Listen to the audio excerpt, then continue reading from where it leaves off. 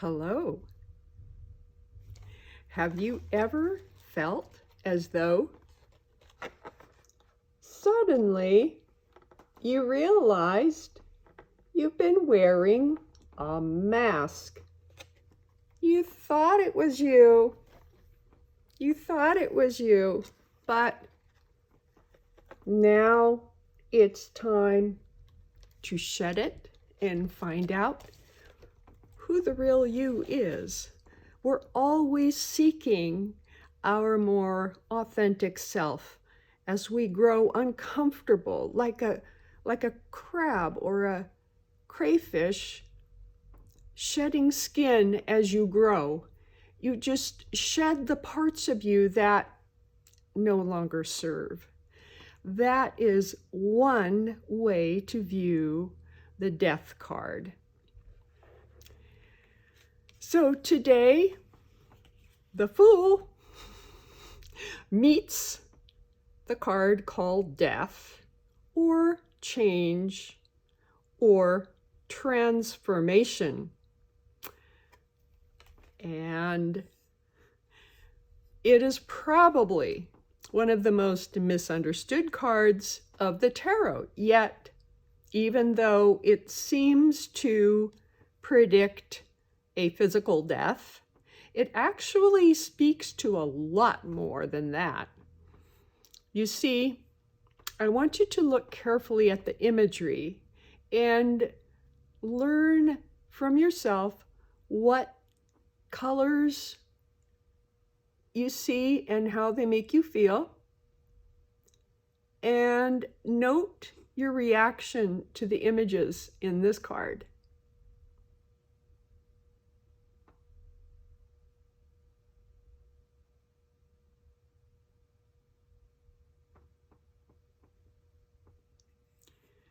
The designer, A.E. Waite, belonged to a number of secret societies and studied ancient knowledge with a focus on Judeo-Christian mysteries.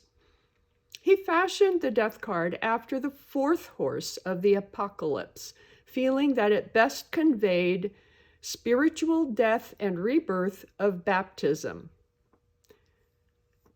The death card is the dynamic change brought on by your own thinking, by situations and events outside of your influence that affect you and cause you to unlock deep hidden mysteries about yourself that you had not experienced before. So it is a sort of death and rebirth all at once. Adaptations to a new worldview, new conditions, new stressors are recognized by the death card. And in a reading, this card can even hearken back to past events and internal changes that have not yet been fully examined by you. So if the card shows up, it might be about something you need to process that had happened a while back. Essentially, you are becoming a new and different version of yourself. This will probably cause you to look back on your life story and rewrite it from a new perspective. It could alter the direction of your soul's path. A lot of events fall under this category.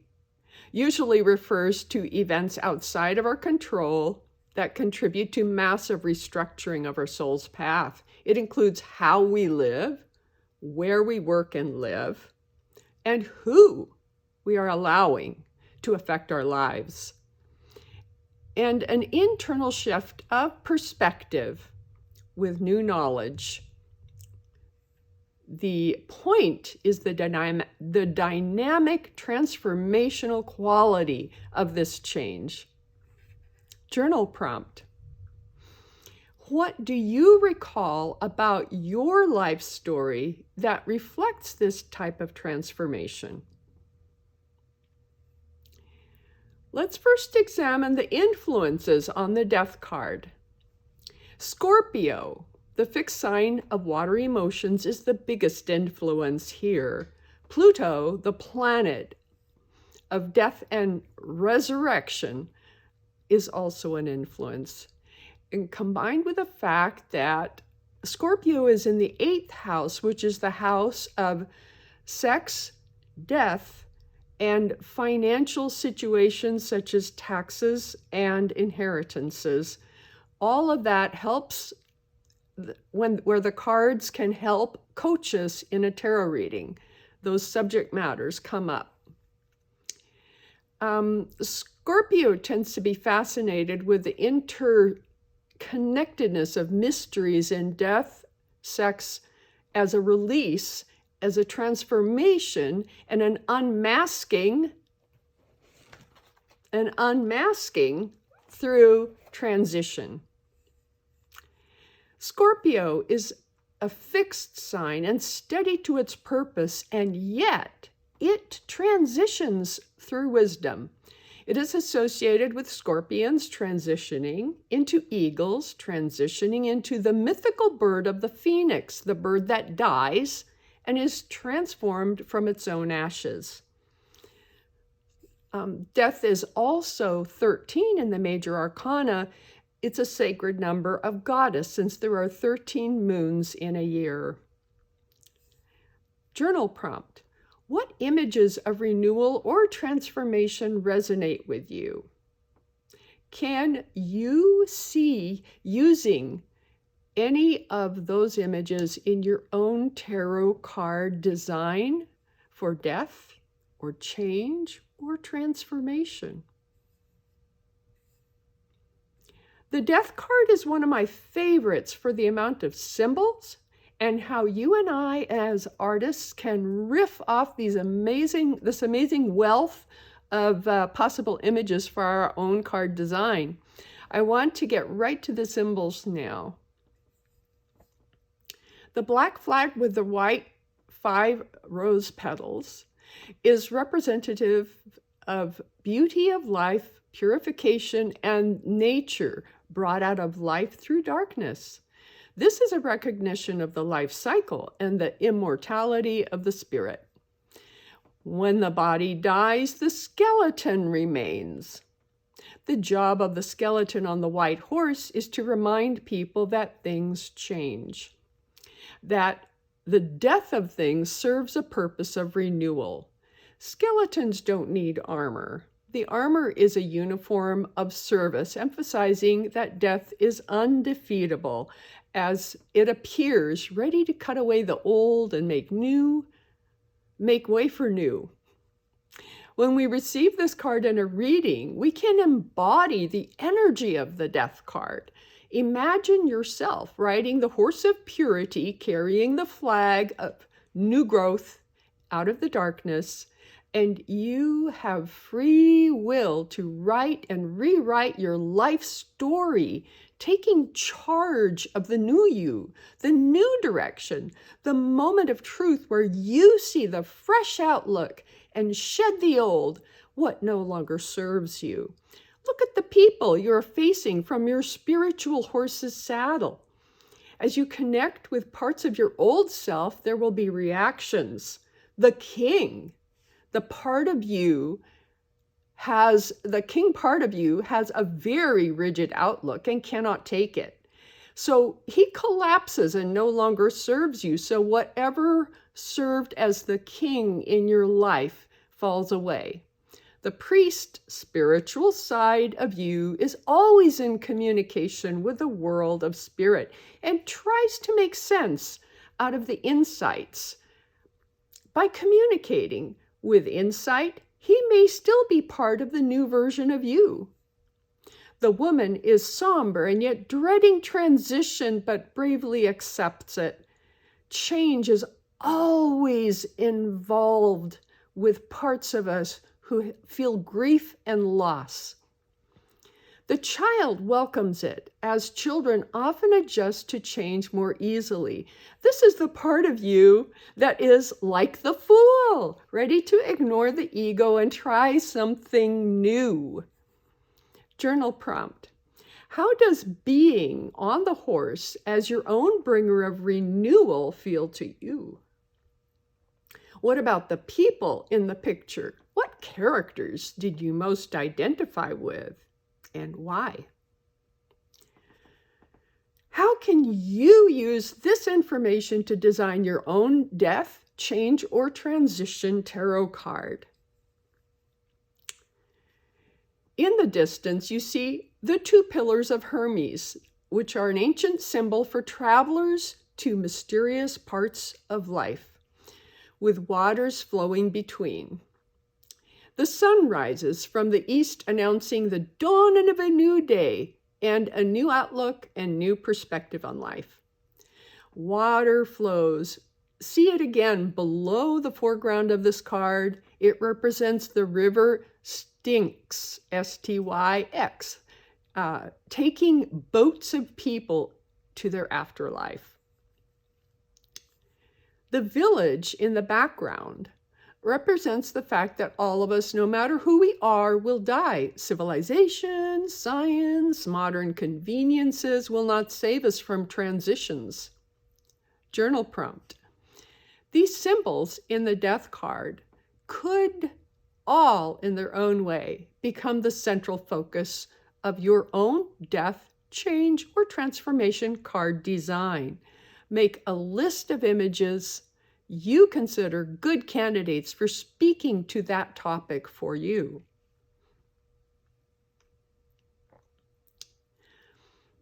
If we all lived on Earth forever, our reflection on each day would be that of monotony forever. We can relish and value life because this particular life we are living now is finite. It has a beginning and an end. It is our current reality. Since our spirits are immortal, they come and live in human bodies, purposefully forgetting their immortal lives, and thus they treasure the cycle of life as a finite experience while using their human life story to understand anew the wisdom they want to add to their spirit's understanding. It is an experience to savor and enjoy while we live, and to reflect back on in our immortal forms. Journal prompt. What about your life do you treasure right now? Knowing we are here but for a little while in this great span of universal existence. How do you see yourself incorporating these values into your life story? And here is the elephant in the room. Does death predict actual death of a human life? Literally, no, it does not. The tarot is focused instead on insights and soul wisdom. It is not about the death of the physical body. I am not a psychic card reader, so I cannot speak to the idea of predicting one's death or the death of loved ones. I don't have that skill. I also refuse to read for questions related to physical health, since there are experts in health and healing that are 100% better for those questions. The tarot is always guided by its answer to questions related to your free will. The question always guides the card's vocabulary. The cards are responding to your question about what you can do and what you can take in and grow wiser from. For example, if you have a career reading and the death card appears in your question, it would be an indicator of huge changes you can possibly take advantage of in your current career or job seeking, depending on the question. In a love reading, it would indicate the ending of one relationship with a prospect of a new day dawning for another relationship to step in, for example. So the death card gives access to our dynamic changes on our soul's journey. We've covered a lot of ground with this deeply spiritual card of transformation called death. It really calls attention, the name death calls attention to the depth of the card's power in communicating to us and advising us as a coach on our next step. So what I'd like to do now is take a break, take a moment, sit quietly in a chair and feel the weight of your body in your chair as you plant your feet on the ground or the floor. Take some long, slow, cleansing breaths.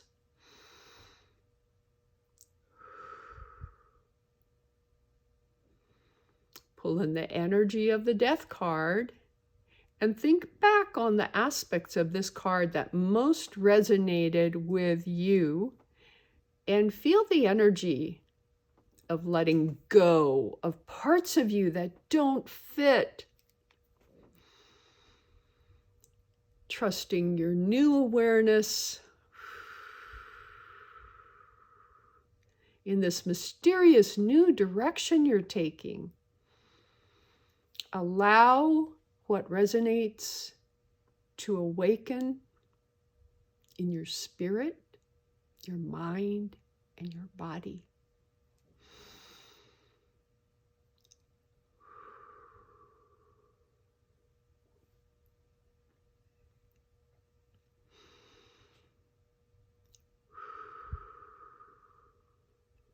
Breathing out what no longer serves you.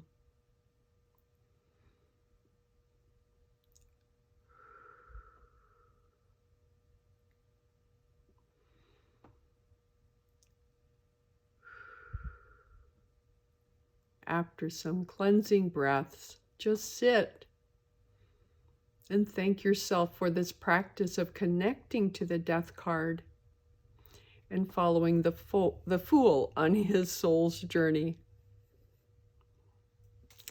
As you quietly come back into your awareness, consider the expansion these tarot cards are providing for you as you reflect on your own empowering life story. My goal is to demystify the tarot. You don't need to know every bit of data on the cards.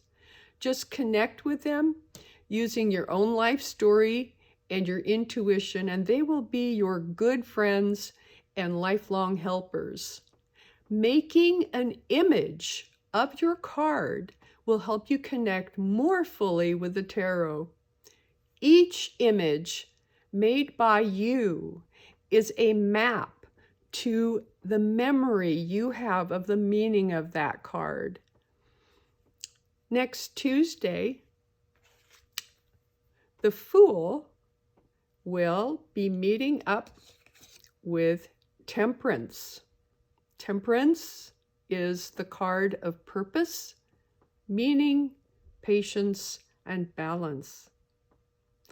I look forward to seeing you there.